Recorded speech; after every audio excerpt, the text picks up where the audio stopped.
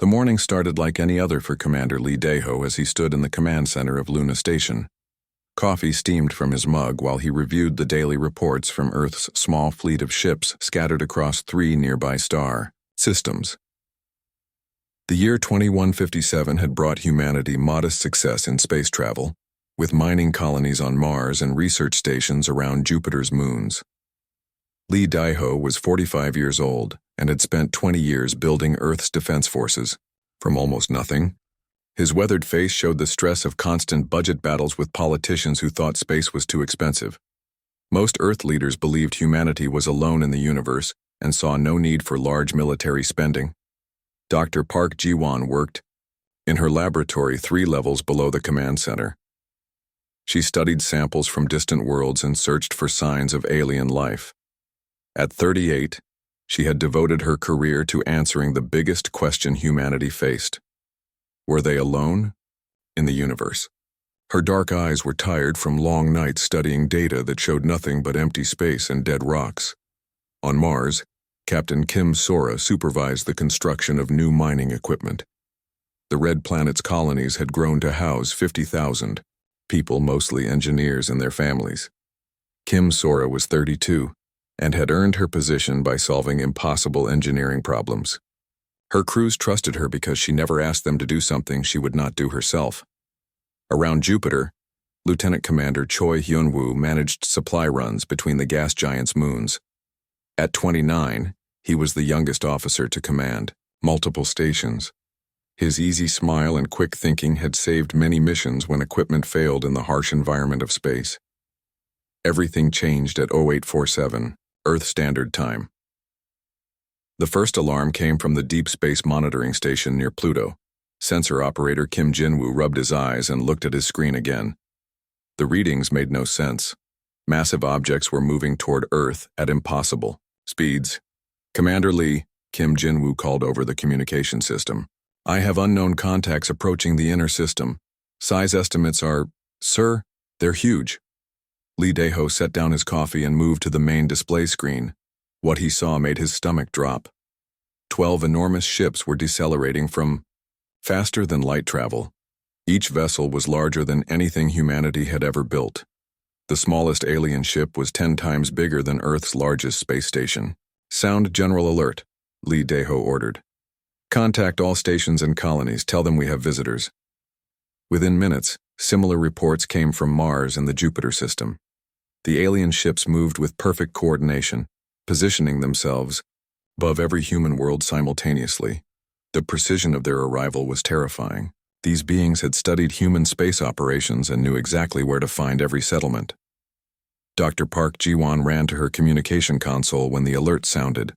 Her hands shook as she activated every sensor array Earth possessed.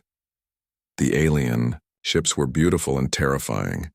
Their hulls gleamed like polished metal and energy patterns flowed across their surfaces in hypnotic waves. "Commander," Dr. Park Ji-won reported, "I'm detecting massive energy signatures from all 12 ships.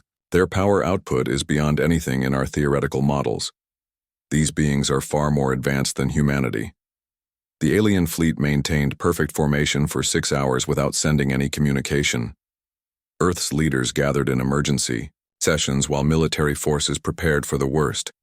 President Yoon Tae-jin authorized Lee Daeho to mobilize every available ship, though everyone knew Earth's small fleet stood no chance against such overwhelming force. Then the aliens finally spoke. The message came simultaneously to every human communication device in the solar system. The voice was electronically translated but carried an unmistakable tone of absolute authority. The speaker identified himself as Admiral Kang Min-hyuk of the Hegemony Fleet. "Humans of the Sol System," the voice announced.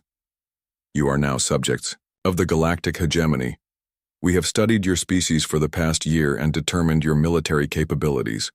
Resistance is futile. You have 7 of your days to surrender all military assets and submit to hegemony rule. Failure to comply will result in the complete destruction of your species." The communication ended without allowing any response. Earth's leaders stared at their screens in shock.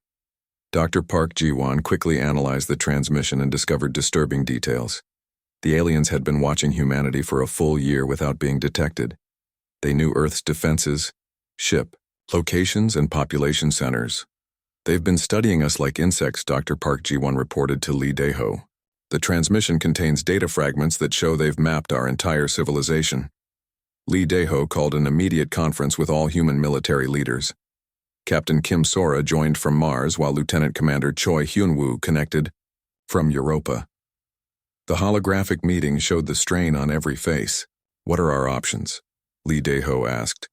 None that end well, Kim Sora replied honestly.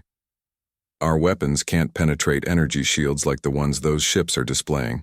Our fastest ships can't outrun their slowest vessels. By every military calculation, we should surrender immediately. The colonies can't evacuate in 7 days, Choi Hyun-woo added, even if we had somewhere to go, which we don't. These aliens control faster than light travel. They can follow us anywhere. Dr. Park Ji-won had spent the hours studying every piece of data about the alien fleet. Something bothered her about their approach. Commander, I've been analyzing their behavior patterns. These hegemony forces are following a very specific protocol. They arrive, make demands, wait for surrender, then absorb the conquered species into their empire. What's your point? Lee Dae-ho asked. This is routine for them, Dr. Park Ji-won explained. The Admiral's message referenced studying over 1,000 species across 3,000 years. They've done this exact same thing 1,000 times before. Every species they've encountered has followed the same pattern of quick submission after a show of overwhelming force. Are you suggesting we're different? Kim Sora asked from Mars. Dr. Park Ji-won pulled up historical data on her screen. Look, add human military history. We've never had a single unified response to overwhelming force. Some of us fight, some of us hide, some of us run, and some of us find completely unexpected solutions. We're not unified enough to surrender quickly, even when we should. President Yoon Tae-jin joined the conference at that moment. His 70-year-old face showed no fear, only determination. I've been reviewing the alien demands with the United Earth Assembly. Every member nation has the same response. Which is? Lee Dae-ho asked. We don't know how to quit, President Yoon Tae-jin said simply. These aliens have studied our military capabilities, but they haven't studied our spirit. They expect us to act like every other species they've conquered. But humanity has never been like everyone else. The conference participants looked at each other through their holographic connections. They all understood the impossible situation, but none of them suggested surrender. 7 days, Lee Dae-ho said finally. We have 7 days to show these hegemony forces that they picked the wrong species to threaten. As the meeting ended, each human leader began preparing their own response to the alien ultimatum. They had no unified plan and no hope of conventional victory. But they had something the hegemony had never encountered in 3,000 years of conquest. The absolute human refusal to accept defeat, even when defeat was certain. The aliens waited in perfect formation above human worlds, confident that this conquest would follow the same pattern as all the others. They had no idea that humanity's greatest strength came not from their weapons or their technology, but from their complete inability to recognize when they were supposed to give. However, the 7-day countdown had begun, but humanity was already preparing surprises that would change the course of galactic history. The hegemony's attack began exactly 7 days after their ultimatum expired. Admiral Kang Min-hyuk watched from his flagship as plasma beams lanced out from his fleet toward Earth's orbital defense platforms. The human weapons were primitive, compared to hegemony technology, and the battle should have ended in minutes. It did end in minutes, but not the way Kang Min-hyuk expected. Earth's defense platforms exploded in brilliant flashes of light, exactly as predicted by hegemony battle computers. Human ships fled from their positions around Earth, Mars, and Jupiter in what appeared to be complete panic. The alien admiral allowed himself a moment of satisfaction. Another conquest was proceeding according to plan. Pursue the fleeing vessels. Kang Min-hyuk ordered his subordinate, Commander No Kyung-min. Standard protocol requires the destruction of all military assets before planetary occupation begins. Commander No Kyung-min led 40 of the fastest hegemony ships in pursuit of the retreating human fleet. The human vessels were running toward the asteroid belt between Mars and Jupiter, probably hoping to hide among the space rocks. It was a predictable tactic that would fail against superior alien sensors. What No Kyungmin did not know was that Captain Kim Sora had spent the past week working without sleep to turn the asteroid belt into the largest trap in human history. Kim Sora floated in her engineering suit among the cold rocks of the asteroid belt, making final adjustments to quantum explosive charges her teams had secretly installed throughout the region. Each charge was small and undetectable, but when connected together in a chain reaction, they could shatter asteroids the size of mountains. All teams report ready. Kim Sora transmitted to Commander Lee Dae-ho on his hidden command ship.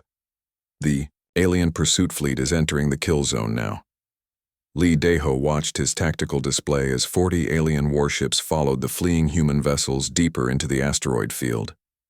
The hegemony ships moved in perfect formation, their energy shields glowing confidently as they navigated between the floating rocks. "Dr. Park, are you certain this will work?" Lee Dae-ho asked. Dr. Park Ji-won monitored the quantum charges from her concealed laboratory ship. "The explosions will create a cascade effect through the gravitationally linked asteroids. The alien ships will be caught in a debris storm, moving at incredible velocities. Their shields are designed to stop energy weapons, not millions of high-speed rocks. Execute," Lee Dae-ho commanded. Kim Sora triggered the detonation sequence. The first explosions were small, barely visible against the dark of space. Then the cascade began. Asteroid after asteroid shattered in chain reactions that spread across hundreds of thousands of kilometers. Rocks that had orbited peacefully for billions of years suddenly became weapons flying at deadly speeds. The hegemony pursuit fleet found themselves trapped in a storm of debris that overwhelmed their defense systems. Energy shields designed to deflect plasma beams could not stop the countless chunks of stone and metal that hammered their ships from every direction. Within minutes, 30 of the 40 pursuing vessels were either destroyed or crippled. Commander No Kyungmin's ship survived because it had been at the rear of the formation, but he watched in shock as most of his fleet disappeared into expanding clouds of wreckage and debris. "Impossible," he transmitted back to Admiral Kang Min-hyuk. "The humans destroyed their own asteroid belt to attack us. No civilized species would sacrifice such valuable mining resources as a weapon." Admiral Kang Min-hyuk stared at his battle displays in confusion. In 3,000 years of conquest, the hegemony had never encountered an enemy willing to destroy their own infrastructure for tactical advantage. The concept violated every assumption about rational behavior. "Recall all ships," Kang Min-hyuk ordered. "We need to reassess human capabilities." But humanity's surprises were just beginning. On Earth, Colonel Lim Salmon had used the 7-day ultimatum period to prepare a different kind of welcome for the hegemony ground forces. Instead of gathering human military units for a hopeless conventional battle, she had done something unprecedented in hegemony experience. She had made humanity's civilian population disappear. When alien landing craft descended toward Earth's major cities, they found empty streets and abandoned buildings. Millions of people had vanished into underground networks that connected subway systems, natural caves, old mining tunnels, and hastily constructed bunkers. The human population had gone to ground like no species in hegemony records. The first alien patrol to enter New York City consisted of 12 heavily armored hegemony soldiers. Their equipment could detect most forms of life, but the readings they received made no sense. Heat signatures appeared and disappeared randomly. Motion sensors detected movement that led to empty rooms. Their communications were jammed by signals that seemed to come from everywhere and nowhere. Then the explosions began. Buildings that appeared empty suddenly erupted in carefully placed charges that brought debris raining down on alien patrol units. The explosions were not random acts of destruction, but precisely timed attacks that used the aliens' own movement patterns against them. Colonel Lim So-min watched from her underground command center as hegemony forces tried to establish control over empty cities. Every alien patrol faced constant harassment from enemies who refused to engage in open battle. Sniper fire came from unexpected directions. Supply convoys found their routes blocked by collapsed tunnels that appeared overnight. Report to Admiral Kang Minyuk. Lim Soman heard one frustrated alien commander transmitting. Human resistance operates using completely irrational tactics.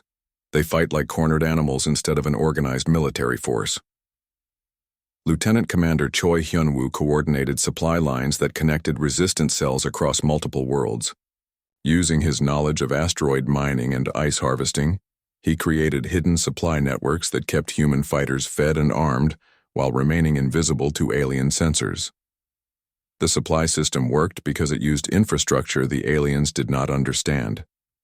Hegemony forces looked for large centralized supply depots and military bases. They did not expect enemy supplies to move through abandoned mining shafts, maintenance tunnels, and natural cave systems that humans had been mapping for centuries. From his mobile command ship hidden in the outer system, Commander Lee Dae-ho coordinated a resistance that operated unlike anything in hegemony experience. Instead of a unified military response, humanity fought as thousands of independent cells that shared information but made their own tactical decisions. The aliens expected us to surrender or fight conventionally, Lee Dae-ho explained to his staff. They studied our military capabilities, but they did not study our history. Every human knows stories of small forces defeating larger ones through determination and unconventional tactics. Dr. Park Ji-won had established secret research facilities in abandoned mines on Earth and hidden stations throughout the solar system. Her teams worked frantically to reverse engineer captured alien technology, but they also discovered something important about hegemony weaknesses. Their weapons and defense systems are incredibly sophisticated, Dr. Park Ji-won reported, but they are designed for conventional warfare against enemies who fight in organized formations. Human guerrilla tactics confuse their targeting systems because the computer programs cannot predict our behavior patterns. After 1 month of occupation, Admiral Kang Min-hyuk sent his first report back to Hegemony High Command. The message was, unlike any conquest report in the Empire's long history, human resistance continues despite overwhelming force applied according to standard protocols, Kang Min-hyuk wrote. Enemy exhibits irrational combat behaviors that do not match psychological profiles of conquered species. Recommend immediate reinforcement and revised tactical approach. The response from Hegemony High Command was swift and stern. Conquest must proceed according to established timeline. Human resistance will collapse when they understand the futility of their situation. Continue standard suppression protocols. But, as the second month of occupation began, hegemony forces on every human world faced the same problem. They could control territory during the day, but every night brought new attacks from enemies who seemed to appear from nowhere and disappear just as quickly. Captain Kim Sora, working from hidden engineering facilities, began the next phase of human resistance. Instead of directly attacking alien ships, her teams planted sophisticated viruses in captured hegemony computer systems. The viruses would spread slowly through the alien fleet's networked systems, remaining undetected until they could strike all at once. The hegemony had conquered over 1,000 species using the same basic approach, overwhelming show of force, followed by quick surrender and integration into the empire. They had never encountered a species that treated the conquest as just the beginning of the real fight. Commander No Kyungmin found himself fighting an enemy that refused to follow any logical pattern. Human attacks came at unexpected times, from impossible directions using weapons that should not have been effective against superior alien technology. They fight like they have already accepted death, No Kyungmin reported to his admiral. But instead of making them surrender, this acceptance makes them more dangerous. They take risks that no rational commander would consider. As the third month of occupation began, Admiral Kang Min-hyuk realized, 3 months after the invasion began, Commander No Kyungmin stood in the ruins of what had once been Berlin.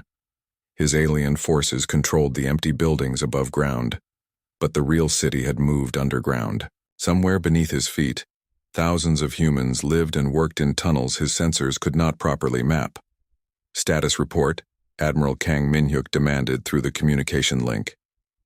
No Kyungmin looked at the data tablets showing casualty, reports and resource consumption. The numbers told a story that made no sense according to hegemony military doctrine. We control all major population centers on Earth, No Kyungmin reported.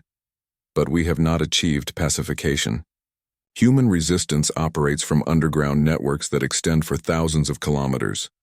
Every patrol faces constant harassment. Supply convoys require heavy escort. We are winning every battle but losing the war. Similar reports came from Mars, Europa, and the smaller human colonies. Hegemony forces had superior weapons and overwhelming numbers, but they could not fight an enemy that refused to present clear targets. Dr. Park Ji-won worked in her hidden laboratory complex, buried 3 kilometers beneath the Rocky Mountains. Her research team had grown to include captured alien scientists who had been convinced to switch sides. The defectors were members of species the hegemony had conquered centuries ago, and they brought detailed knowledge of alien technology. The hegemony's strength comes from their ability to predict enemy behavior, explained Dr. Renth, a reptilian scientist whose people had been conquered 400 years earlier. Their combat computers contain psychological profiles of over 1,000 species.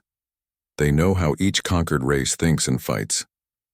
Dr. Park Ji-won studied the alien computer files with growing excitement.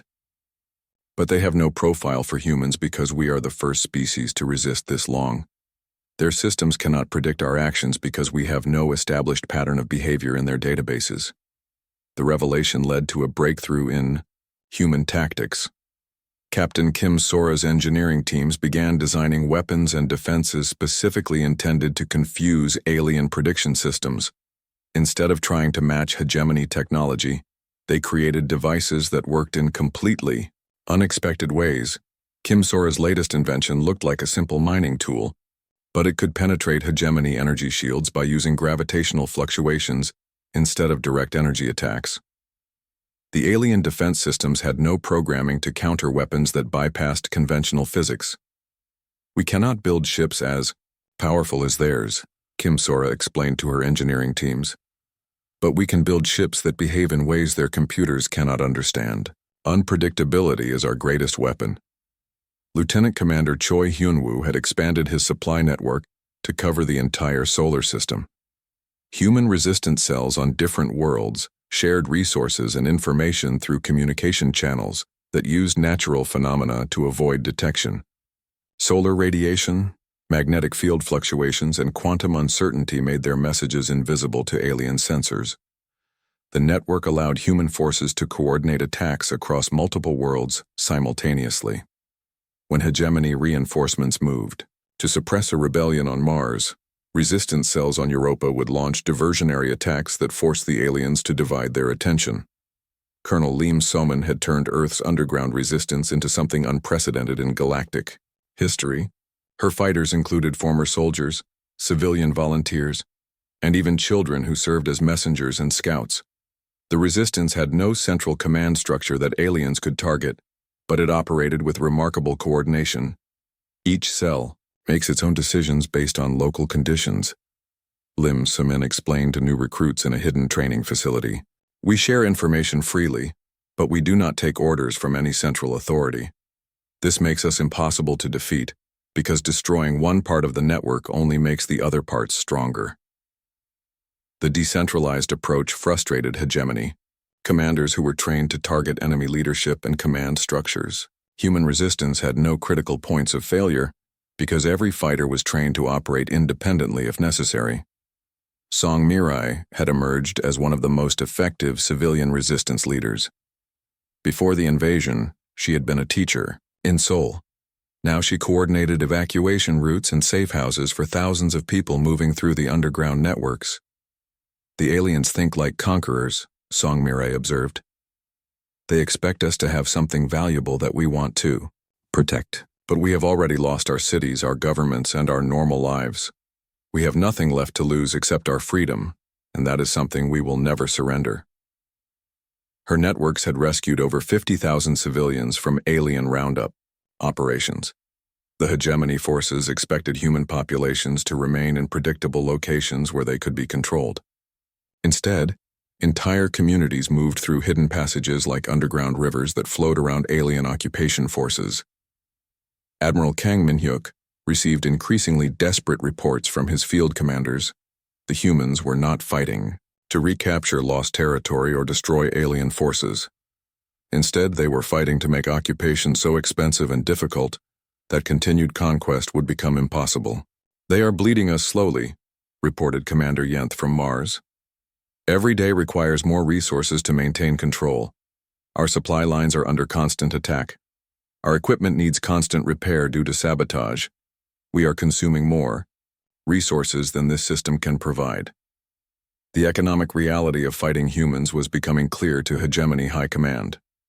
Previous conquests had been profitable because defeated species quickly provided resources and labor to support further expansion. Human resistance made their worlds economic drains that consumed more resources than they produced. Dr. Park Ji-won achieved her greatest breakthrough when she successfully decoded hegemony communication protocols. Human intelligence teams could now monitor alien military communications and predict their movements hours in advance. "Knowledge is power," Dr. Park Ji-won told Commander Lee Dae-ho during a secure briefing. "We now know what the aliens are planning before their own field commanders receive orders. We can prepare responses to their attacks before the attacks begin." The intelligence advantage allowed human forces to stay one step ahead of alien operations. Hegemony forces would arrive at target locations to find them empty, while human attacks struck at undefended alien positions with perfect timing. Captain Kim Sora used the intelligence advantage to plan her most ambitious operation yet. Instead of attacking alien ships directly, her teams would plant quantum viruses in the Hegemony fleet's computer networks. The viruses would remain dormant for months while spreading throughout the alien communication system. "We cannot defeat their ships in direct combat," Kim Sora explained to her engineering teams, "but we can turn their own technology against them. When these viruses activate simultaneously, every ship in their fleet will be crippled at the same moment."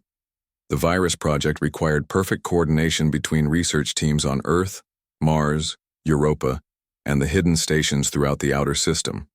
Human engineers worked for weeks to create computer programs that could hide inside alien systems while slowly spreading to every connected device. Lieutenant Commander Choi Hyun-woo coordinated the placement operation. Human infiltrators would need to physically access hegemony computer terminals to plant the viruses. The mission required people willing to sacrifice their lives for a plan that might not work. Volunteers came forward immediately. "We are not fighting for victory in any traditional sense," one volunteer explained before departing on the dangerous mission. "We are fighting to prove that freedom cannot be taken by force. Even if we lose, other species will remember that somebody tried to resist." The virus placement operations took place over 6 weeks. Human infiltrators penetrated alien facilities on every occupied world, often at the cost of their lives. Each successful virus placement brought humanity closer to a coordinated counterstrike that could change the course of the war. Admiral Kang Min-hyuk grew increasingly frustrated as reports continued to show successful occupation of territory, but complete failure to achieve pacification. The humans were fighting a different kind of war, one that hegemony military doctrine could not address. "Request permission to begin total extermination protocols," Kang Min-hyuk transmitted to Hegemony High Command. "Human resistance cannot be broken through conventional occupation methods. Complete destruction of the species may be the only viable option." The response came quickly. "Permission granted. Extermination protocols authorized. End human resistance within 60 days or face replacement." As Admiral Kang Min-hyuk began planning humanity's destruction, he did not know that Dr. Park Ji-won's intelligence teams had intercepted his communication. The human resistance now knew they had 60 days to implement their most desperate plan. "Captain, Kim Sora's quantum viruses were ready for deployment. Commander Lee Dae-ho's hidden fleet had been rebuilt using captured alien technology. Colonel Lim Soman's resistance network had identified every critical alien facility on Earth. The hegemony was about to discover that humans fought most dangerously when they had nothing left to lose. The real war was about to begin. Admiral Kang Min-hyuk watched from his flagship as orbital bombardment platforms powered up to begin the extermination of humanity. The hegemony had decided that conquest was impossible, so destruction would have to suffice. Plasma cannons capable of shattering continents aimed at Earth's major population centers. Begin extermination protocol, Kang Min-hyuk ordered. Target all surface settlements first, then proceed to suspected underground facilities. The first plasma beams lanced down toward Earth's cities with enough energy to vaporize everything within 50 kilometers of impact. The alien admiral expected to see massive explosions and the death of millions of humans. Instead, the plasma beams struck empty ground. "Impossible readings, Admiral," reported his tactical officer. "The surface cities appear to be abandoned. Population estimates show less than 1% of expected human presence." Kang Min-hyuk stared at his displays in confusion. Earth's major cities sat empty except for automated systems broadcasting false heat signatures. The human population had not simply hidden underground. They had vanished completely from the surface world. Dr. Park Ji-won watched the alien bombardment from her command center buried 5 kilometers beneath the Swiss Alps. Her intelligence network had intercepted the extermination order weeks in advance, giving humanity time to prepare the largest evacuation in history. "Report from all sectors," Dr. Park Ji-won requested. "New York evacuation complete," reported one coordinator. "Population relocated to the Appalachian Tunnel network." "London sector clear," came another report. "Citizens moved to the North Sea, underwater installations." "Tokyo evacuation finished. Population secured in the volcanic cave systems." Every major human population center had been secretly evacuated through underground networks that connected natural cave systems. Abandoned mines, subway tunnels, and hastily constructed shelters. 50 million people had moved underground in just 6 weeks without the aliens detecting the massive operation. The evacuation had been a masterpiece of human organization. Families carried only essential items as they moved through tunnels that stretched for thousands of kilometers. Engineers had worked day and night to create livable spaces in environments that had never been meant for human habitation. Captain Kim Sora activated the quantum viruses from her hidden engineering facility. The computer programs had spent months spreading through hegemony communication networks, copying themselves into every connected system throughout the alien fleet. Virus activation in 3, 2, 1. Execute. The effect was immediate and devastating. Every hegemony ship in the solar system suddenly lost primary systems as the viruses activated simultaneously. Navigation computers crashed, weapon systems went offline, and life support systems flickered between operational and failure modes. Admiral Kang Min-hyuk's flagship lurched as artificial gravity fluctuated wildly. Emergency lighting bathed the command center in red as his crew struggled to understand what was happening. "All ships report system failures," his communication officer announced. "Navigation, weapons, and defensive systems are experiencing cascading malfunctions across the entire fleet." The quantum viruses had been designed by Kim Sora's team to exploit a fundamental weakness in hegemony technology. All alien systems were networked together for maximum efficiency, which meant that a virus affecting one ship could spread to every connected vessel within minutes. Commander Lee Dae-ho chose that moment to reveal humanity's greatest deception. The human fleet had not been hiding for months. It had been rebuilding using salvaged alien technology combined with human innovation. "All units. This is Commander Lee Dae-ho," he broadcast on all frequencies. "Operation Freedom begins now." From hidden positions throughout the solar system, the reformed human fleet emerged to attack the crippled hegemony ships. The new human vessels were smaller than alien capital ships, but moved with incredible speed and agility. Most importantly, they were designed using hybrid human-alien technology that hegemony systems could not predict or counter. The rebuilt human fleet was unlike anything that had existed before. Each ship combined the best features of human engineering with captured alien technology. The result was vessels that could outmaneuver hegemony ships while carrying weapons powerful enough to penetrate alien defenses. Lieutenant Commander Choi Hyun-woo led the first strike group against the disabled alien flagship. His ship, built from captured hegemony components and human engineering innovations, slipped through the alien energy shields that were flickering on and off due to virus interference. "Target their communication array," Choi Hyun-woo ordered. "We need to capture their command codes intact." The boarding action that followed was unlike anything in hegemony military history. Human Marines wearing captured alien armor moved through the flagship's corridors with perfect knowledge of the ship's layout, provided by Dr. Park Ji-won's intelligence teams. The human boarding parties had trained for months using detailed maps of hegemony ship designs. They knew every corridor, every critical system, and every potential defense position. The aliens found themselves fighting enemies who understood their own ships better than they did. Admiral Kang Min-hyuk found himself facing human soldiers in his own command center. The humans moved with the desperate efficiency of people who had nothing left to lose and everything to gain. "Surrender your command codes," Commander Lee Dae-ho demanded as he entered the alien bridge. "Your fleet is disabled, and your ground forces are cut off from supply." "This is impossible," Kang Min-hyuk protested. "Human technology is centuries behind hegemony standards. You cannot have developed countermeasures to our systems." Dr. Park Ji-won entered the command center, carrying data tablets filled with alien technical specifications. "You are correct that our technology was behind yours," she said. "So we used your own technology against you. Every system in your fleet is now under human control." The revelation was staggering.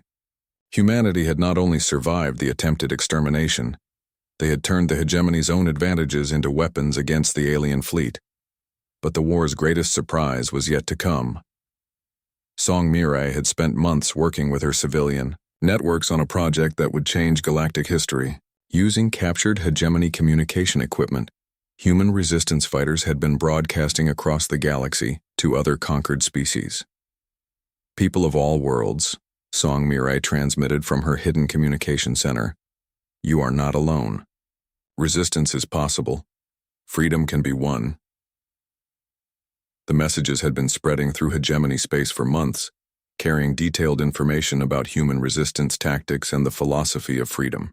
Species that had been conquered centuries ago were learning concepts they had forgotten: independence, self-determination, and the right to resist oppression. The broadcasts included practical information about guerrilla warfare, underground organization, and psychological resistance to authority. More importantly, they carried the message that no empire was truly invincible if enough people refused to accept its rule. Colonel Lim So-man received the first reports of uprisings on distant worlds. The Trakari species in Sector 7 had used human guerrilla tactics to liberate 3 of their homeworld's continents.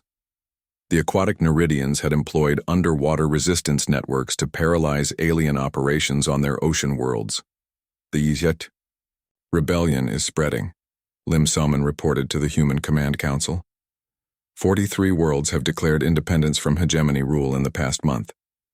They are all using modified versions of our resistance tactics. The galactic situation was unprecedented. For the first time in 3,000 years, the hegemony faced simultaneous rebellions across multiple sectors. Every conquered species was adapting human resistance methods to their own environments and capabilities. Each species brought unique advantages to the rebellion. The Trakari could sense movement through solid rock, making their underground networks impossible to map or attack. The Neridians could coordinate attacks across entire ocean worlds, using natural currents as communication channels. Commander No, Kyungmin, trapped in his disabled command ship above Earth, finally understood what humanity had accomplished. "You have not simply resisted conquest," he told his human captors. "You have taught the galaxy how to rebel against the hegemony." Dr. Park Ji-won nodded. "That was always the plan. We could not defeat your empire through military force alone. But we could show other species that the hegemony is not invincible. We could prove that freedom is worth fighting for regardless of the odds." The captured alien computers revealed the true scope of the galactic rebellion. 78 worlds had declared independence. Hegemony supply lines were under attack. Across 12 sectors, the rigid military hierarchy that had maintained order for millennia was crumbling as species after species chose freedom over security. Captain Kim Sora coordinated the technical aspects of liberating captured alien ships. Human engineering teams worked alongside willing alien defectors to disable loyalty programming and remove surveillance systems. The captured vessels would become the foundation of a new interspecies fleet dedicated to protecting newly independent worlds. The hegemony's greatest mistake was assuming that all species think alike, Kim Sora explained to her mixed human-alien engineering crews. They built their empire on the belief that conquered peoples would eventually accept too. The hegemony faced its first multi-system rebellion in 3,000 years of galactic dominance. Emergency reports flooded into high command from across the empire as world after world declared independence using tactics learned from the human resistance. In Sector 7, the Trakari species had transformed their desert homeworld into an underground fortress.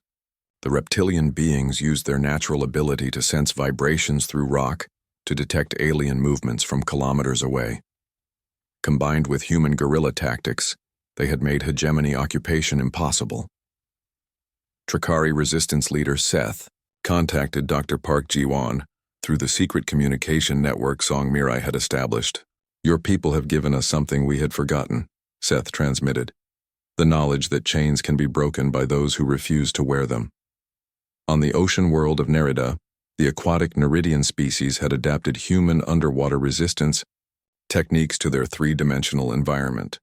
Hegemony forces found themselves fighting enemies who could attack from above, below, and all sides simultaneously in the vast underwater cities. Neridian Commander Wavesinger reported to Lieutenant Commander Choi Hyunwoo, "The deep currents carry more than water now. They carry the message of freedom to every coral city and thermal vent colony.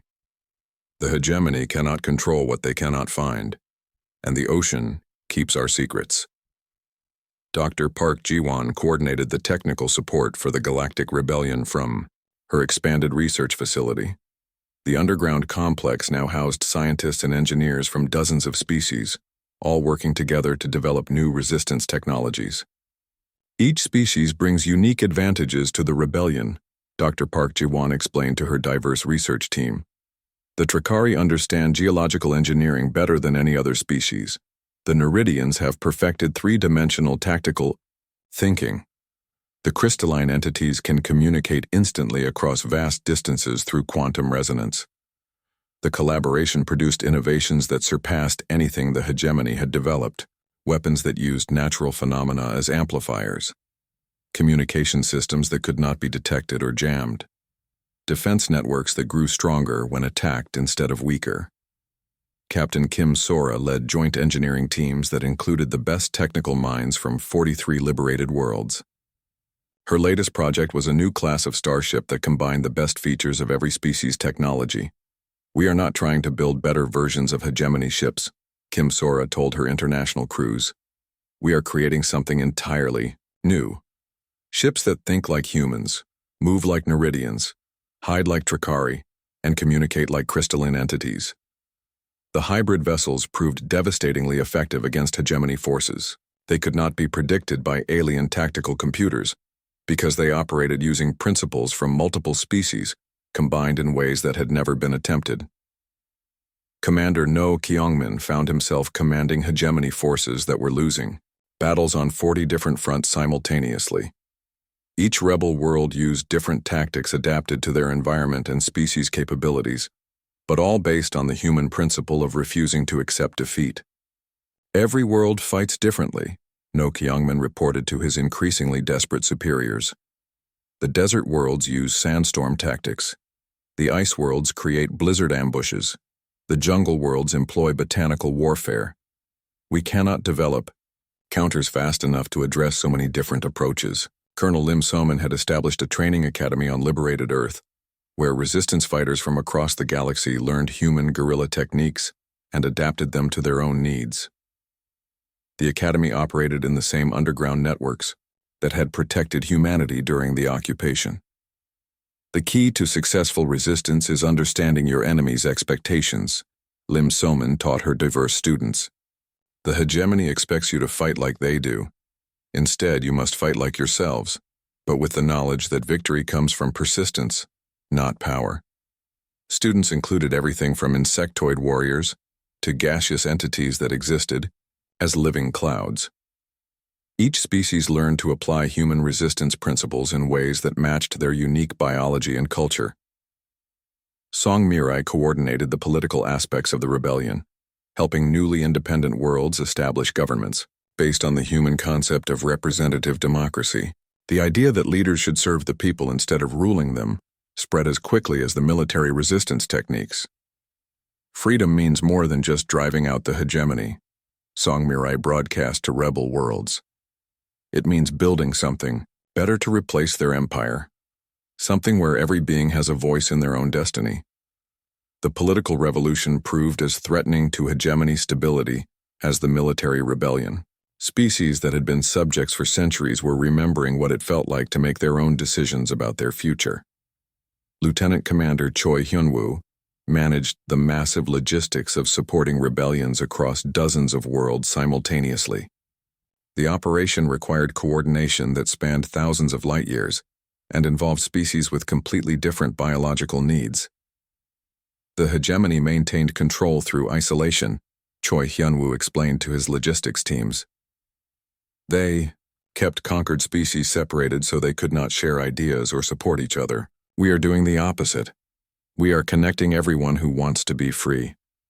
The communication network had grown to include over 200 worlds. Information, resources, and moral support flowed between species that had never communicated before. The rebellion began. Admiral Kang Min-hyuk, still held prisoner aboard his captured flagship, watched the collapse of his empire through intercepted hegemony communications. The reports painted a picture of total systemic failure. Sector 12 has fallen to rebel forces. All hegemony installations destroyed or captured. Supply convoy in Sector 18 captured by Joint Trikari-Neridian Fleet using hybrid human-alien vessels. Hegemony loyalist worlds in Sector 21 requesting immediate reinforcement. Rebel forces using unknown tactical systems. Core world populations showing signs of civil unrest. Human resistance broadcast detected in major population centers. Commander Lee Dae-ho studied the strategic situation from his command ship, now openly operating as the flagship of the Galactic Freedom Alliance. The rebellion had grown beyond anything humanity had originally imagined possible. Status report from all sectors, Lee Dae-ho requested during the daily coordination meeting. Dr. Park Ji-won consulted her data displays. 137 worlds have declared independence. 78 more are in active rebellion. The hegemony has lost effective control of nearly one-third of their empire. The numbers represented more than military victories. Each liberated world meant millions of beings who had tasted freedom for the first time in generations. Species that had forgotten their own languages were teaching them to their children again. Cultures that had been suppressed for centuries were flowering in spectacular Renaissance movements. Captain Kim Sora reported on the technical developments. Our ship construction facilities on 43 worlds are producing vessels faster than the hegemony can replace their losses. More importantly, each new ship incorporates improvements suggested by the species that builds it. The diversity of the rebel fleet had become its greatest strength. Hegemony tactical computers could not predict the behavior of ships that combined dozens of different technological approaches and tactical philosophies. But the rebellion's most significant achievement was not military or political. It was psychological. Song Mirai had documented the phenomenon in her reports to the Alliance leadership. Something fundamental has changed in the galactic consciousness. Species that accepted hegemony rule for centuries are suddenly remembering that they have choices. The concept of inevitable submission has been broken. The psychological revolution manifested in unexpected ways. Hegemony administrators reported that conquered species were becoming difficult to manage, even on worlds that had not declared open rebellion. Work productivity dropped as beings spent more time discussing ideas of freedom and self-determination. Colonel Lim So-min received intelligence reports that showed the rebellion spreading even to the hegemony's core worlds. Some members of the ruling species itself were beginning to question whether their empire's methods were justified. Revolution of the mind is more powerful than revolution of the sword, Lim So-min observed. Once people start questioning authority, that authority begins to crumble from within. Lieutenant Commander Choi Hyun-woo coordinated the most ambitious operation yet attempted by the Alliance. Instead of attacking hegemony military targets, the rebels would broadcast directly to the populations of the Empire's core worlds. "We are not your enemies," the message began, transmitted simultaneously to every hegemony communication system. "We are fighting for the right of all beings to choose their own destiny. This includes you." The broadcast explained human concepts of freedom, democracy, and individual rights to species that had been raised to believe in absolute authority and unquestioning obedience. The message offered an alternative vision of how galactic civilization could function. The response was immediate and dramatic. Protest movements erupted on hegemony core worlds as citizens demanded explanations for their empire's oppressive policies. The ruling class faced questioning from their own people. 5 years after the first human resistance began, Commander Lee Daeho stood before the Great Assembly of the Galactic Freedom Alliance. The massive chamber had been built from the ruins of the former hegemony capital, but instead of the cold, marble and metal of imperial architecture, the new hall featured living trees, flowing water, and natural light from dozens of different worlds. Representatives from over 400 species filled the assembly floor. Some breathed oxygen like humans, while others required methane atmospheres or existed as pure energy patterns. The diversity was staggering, but so was the unity of purpose that brought them together. "Friends from across the galaxy," Lee Daeho began his address. "We gather today not as conquerors but as liberators of ourselves and each other. Humanity did not save the galaxy. We simply reminded the galaxy how to save itself." The translation systems rendered his words into hundreds of languages simultaneously, but the meaning required no translation. Every being in the chamber had experienced the transformation from subject to citizen, from obedience to choice. Dr. Park Ji-won had established the universal knowledge exchange in the orbital stations above the new capital world. The facility represented everything the old hegemony had opposed: free sharing of information between all species, collaborative research that respected different approaches to understanding the universe, and open communication that no authority could control. "Knowledge belongs to everyone," Dr. Park Ji-won explained to visitors touring the facility. "The hegemony hoarded information to maintain power over others. We share everything we learn because wisdom grows stronger when it spreads." The research being conducted at the exchange surpassed anything achieved during the imperial era. Human curiosity combined with alien knowledge created breakthroughs that benefited every member species of the Alliance. Captain Kim Sora commanded the first truly interspecies fleet in galactic history. Her ships protected trade routes that connected hundreds of worlds, but more importantly, they carried the promise that no single species would ever again dominate the others. "We are not the galaxy's police force," Kim Sora explained to her diverse crew. "We are its guardians. We protect the right of every world to choose its own path, and we defend the weak against any who would oppress them." The fleet included vessels designed by dozens of different species, each contributing unique capabilities to the collective defense. Trakari ships could burrow through asteroids to create hidden bases. Neridian vessels moved through space like they moved through water, with impossible grace and fluidity. Human ships provided the unpredictable tactics that kept potential aggressors guessing. Song Mirai had become the Alliance's primary expert on democratic government, helping newly independent worlds establish political systems that reflected their species' values, while maintaining basic rights for all citizens. Democracy is not a single system, Song Mirai taught at the political academy she had founded. It is a principle that must be adapted to each culture. The hive minds vote collectively through shared consciousness.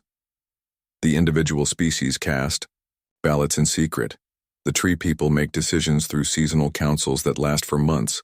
All are valid expressions of the idea that government serves the people. The variety of democratic systems that emerged from the post-hegemony worlds was beautiful in its diversity. Each species had found ways to ensure that every voice could be heard, even if the methods were completely different. Colonel Lim Soman led the peacekeeping efforts in regions where hegemony loyalists still caused trouble. Some former imperial officers could not accept the new reality and continued trying to restore the old order through force. "Change is always difficult, Limmy," Soman observed after successfully negotiating the surrender of the last major hegemony holdout force. Some beings have spent their entire lives believing that might makes right. Learning to live in a galaxy where cooperation creates strength requires time and patience. The rehabilitation programs for former hegemony personnel had become models of restorative justice. Instead of punishment, the focus was on education and healing. Many former oppressors became some of the most effective advocates for freedom, once they understood what their empire had cost the galaxy. Lieutenant Commander Choi Hyun-woo managed the massive reconstruction effort that was rebuilding galactic civilization according to new principles. Worlds that had been strip-mined for imperial resources were being restored. Species that had been displaced were returning to ancestral homes. Trade networks that had served only imperial needs were being redesigned to benefit everyone. The old empire extracted resources from conquered worlds, Choi Hyun-woo explained to economic planners. The new alliance creates wealth through cooperation.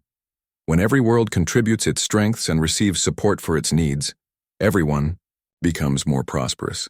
The economic transformation was as dramatic as the political revolution. The rigid hierarchies and tribute systems of the hegemony were replaced by voluntary trade networks and mutual aid societies that helped developing worlds catch up to their more advanced neighbors. Dr. Park Ji-won received regular reports about species that were rediscovering cultures and technologies the hegemony had suppressed. The singing crystals of Resonance Prime were teaching their harmonic mathematics to other species.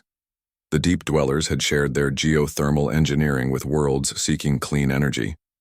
The star dancers contributed their zero-gravity agriculture to feed populations on asteroid habitats. Every species has gifts that can benefit others, Dr. Park Ji-won noted in her research journals. The hegemony saw differences as threats to be eliminated. We see differences as strengths to be celebrated and shared. The former Admiral Kang Min-hyuk had requested a final interview before his departure to the retirement colony, where former hegemony leaders lived quietly under Alliance protection. The interview was conducted by Colonel Lim Soman and broadcast throughout the galaxy as part of the historical record. What do you want the galaxy to remember about the hegemony? Lim, Soman asked. Kang Min-hyuk considered the question carefully. Remember that we believed we were bringing order to chaos, peace through strength and prosperity through unity. We were wrong about the methods, but the goals were not evil. We simply forgot that true unity can only come from choice, not force. And what do you think of what has replaced your empire? I think, the former admiral said slowly, that humanity taught the galaxy something we had forgotten. That freedom is not the absence of order, but the presence of justice. That strength comes not from the ability to dominate others, but from the courage to stand beside them as equals. Captain Kim Sora's ships discovered new worlds beyond the old imperial borders. For the first time in 3,000 years, exploration vessels ventured into unknown space not to conquer but to learn. The galaxy was larger than the hegemony had ever imagined, and it was full of wonders that had been ignored during the imperial focus on control and exploitation. Every new world we discover is a reminder of how much we have yet to learn, Kim Sora reported to the Alliance Assembly. The universe is vast and beautiful, and full of possibilities we cannot yet imagine. Our job is to explore with respect, contact with friendship, and always remember that we are visitors in someone else's home. Song Mirai established cultural exchange programs that allowed young beings from different species to live and study on other worlds. The children who grew up in these programs would be the first generation to think of themselves as galactic citizens, rather than members of isolated species. The future belongs to those who can think beyond the boundaries of their birth. Song, Mirai observed. These children will see solutions that we cannot imagine, because they will not be limited by our assumptions about what is possible. The Alliance faced challenges, of course. Cultural misunderstandings sometimes led to conflicts. Economic inequalities created tensions between developed and developing worlds. Some species struggled to adapt to democratic decision-making after millennia of authoritarian rule. But every challenge was met with the same approach that had defeated the hegemony: cooperation, creativity, and an absolute refusal to accept that some problems were impossible to solve. Commander Lee Dae-ho concluded his address to the Great Assembly with words that would be remembered for generations. 10 years ago, humanity faced extinction at the hands of an empire that seemed invincible. We survived not because we were stronger or smarter than our enemies, but because we refused to accept that freedom was impossible. We taught the galaxy that hope is the most powerful force in the universe, and that even the smallest voice can cast the largest shadow when it speaks the truth. The assembly rose as one, representatives from 400 worlds standing together in recognition of what they had accomplished. The sound was not applause, but something more profound, the harmony of diverse voices united in common purpose. Lieutenant Commander Choi Hyun-woo coordinated the final phase of reconstruction, the transformation of former hegemony military installations into schools, hospitals, and research facilities. Weapons factories became centers for artistic creation, prison planets became educational retreats, the tools of oppression became instruments of liberation.